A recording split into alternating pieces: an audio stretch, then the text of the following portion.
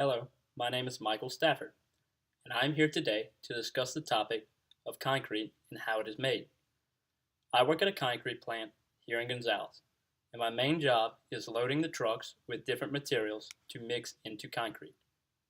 Your basic materials to make concrete are sand, gravel, cement, and water.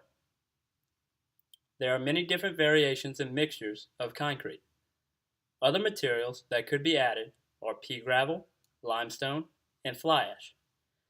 Since everyone already has a general idea of what sand and gravel is, I will explain the other types of materials.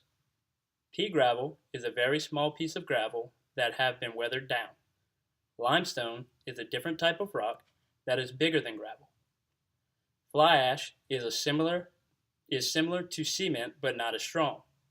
Cement is a powdered substance that begins to harden when it is mixed with water. Now that we are all good on the basics of making concrete, let's talk about how to mix it together in a mixer truck. A mixer truck is a semi-truck with a drum attached to the back.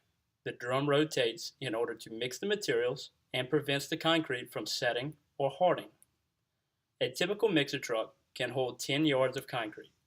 To give you an idea of how much concrete that is, a typical house slab for a house with normal square footage is about 100 yards. In other words, it will require 10 trucks to pour the slab for one house. The proper way to load a truck would be to add 80% of your water first, and then you would add your other materials together slowly. This means you want your sand, gravel, and cement going in equally and in proper layers. Finally, once all the materials have been loaded, you put in the remaining 20% of water, which is called tail water. This water makes sure that anything stuck on the top of the drum gets pushed down into the mixture. Once the truck is loaded, the drum must make 70 revolutions for the mixture to be satisfactory. Depending on how much water you use will determine what is called the slump. The slump is basically the density or thickness of the concrete. Slump is measured using a cone-shaped device and is measured from 1 to 10 inches. 1 would be the thickest like syrup, and 10 would be the thinnest like water.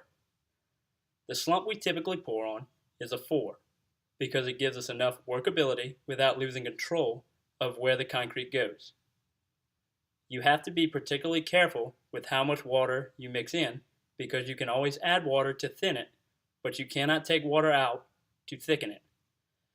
In the event that the slump is too thin or measures a 10, you would have to add more material, but adding more material to the back end of a mixture would make a less satisfactory batch of concrete. There is also certain chemicals that can be added to the mixture to make the concrete react differently. You can add some retardants to allow the concrete to take several hours to harden. This is particularly useful when traveling long distances. On the other hand, you can add accelerators to the mixture in order to speed up the hardening process.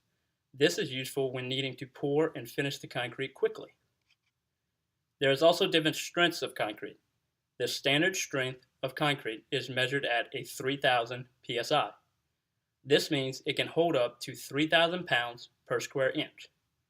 This is typically used for house slabs, driveways, and other things like that. The more cement you add to the mixture, the greater the strength of the concrete. The strength of a concrete goes up by 500 psi depending on how much cement you add. A concrete at a strength of about 5,000 psi would be used for columns or beams in a structure of multiple floors. Basically, everything around you has some sort of concrete structure. I hope the information I have given you has informed you about the process of concrete, how concrete is made, and I hope you enjoyed it.